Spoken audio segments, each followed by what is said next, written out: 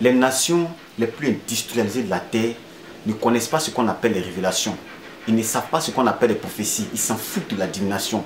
Si les Américains avaient attendu les prophéties pour se délivrer des griffes des Anglais là, ils n'allaient jamais arriver au niveau où ils sont en ce moment.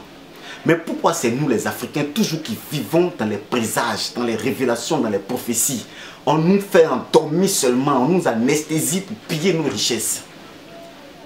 Pourquoi, si vous êtes des prophètes là, pourquoi vous attendez le 15 janvier, le jour de l'acquittement de Gbagbo, pour commencer à prophétiser sur lui? Pour dire que c'est un grand prophète. Je l'ai vu en rêve, il est comme ça, il est comme Nelson Mandela. On s'en fout de ça. Ça là, on s'en fout de ça. Laurent Gbagbo, c'est par son travail qu'il est arrivé là où il est. Il n'a pas attendu les prophéties. Donc arrêtez de nous emmerder avec ça. Vous dites que vous êtes des prophètes dans la Bible là. Avant que Jésus n'arrive là, le prophète Isaïe avait déjà prophétisé 714 ans avant que Jésus n'arrive. 714 ans. Même si c'est un livre mythique, mais au moins là, ils sont restés un peu dans la vérité. Vous êtes des opportunistes et vous prophétisez quand il y a opportunité de prophétiser. Et c'est comme ça que vous avez fait. Vous avez blagué le vieux, bouffé sa dîme. Jusqu'à aujourd'hui, ils l'ont mis en prison. Vous ne pouvez pas prier pour lui. Quand il va sortir, vous avez dit que c'est pas vous avez prié qu'il lui est sorti. Dans toutes les églises aujourd'hui, là, tout le monde a abandonné Gbagbo. Vous tous vous l'avez abandonné. Mais c'est lui qui vous soutenait, sa femme là, Simone. Elle vous soutenait très mal. Nous tous, on sait ça. Mais aujourd'hui, là, vous tous l'avez abandonné. Vous avez fui, non? Et vous avez laissé la nation livrée à elle-même. Ça me rappelle un peu l'histoire. Lorsque le peuple israélite était en captivité en Babylone, à Babylone. Vous n'êtes pas des hommes. Vous êtes des opportunistes. Vous n'êtes pas des garçons. Vous êtes des peureux. Si donc, vous êtes des prophètes, moi je vous lance un défi. La façon dont je suis en train de me filmer moi-même, mettant ma vie en danger là. Filmez-vous.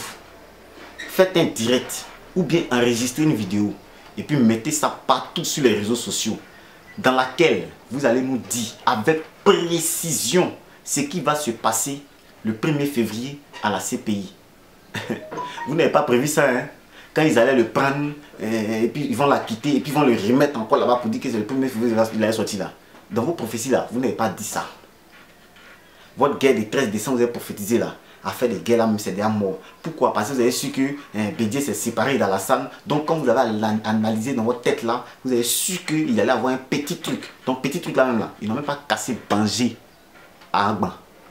Ils n'ont même pas cassé Bangé à Akwedou à côté ici. Rien du tout. Vous voyez? J'ai lancé ce défi. On vous attend le 1er février. En tout cas, on vous laisse même jusqu'au 30 janvier prophétiser. Et puis dites-nous quelque chose. Dites-nous ce qui va se passer avec précision. Avec précision ce jour-là à la CPI. Dites-nous ce qui va se passer avec précision. Si donc vous êtes vraiment des prophètes du Dieu des Blancs qui se retrouvent dans la Bible là, prophétisez. Et puis dites-nous exactement ce qui va se passer. Donc, on vous attend. Merci.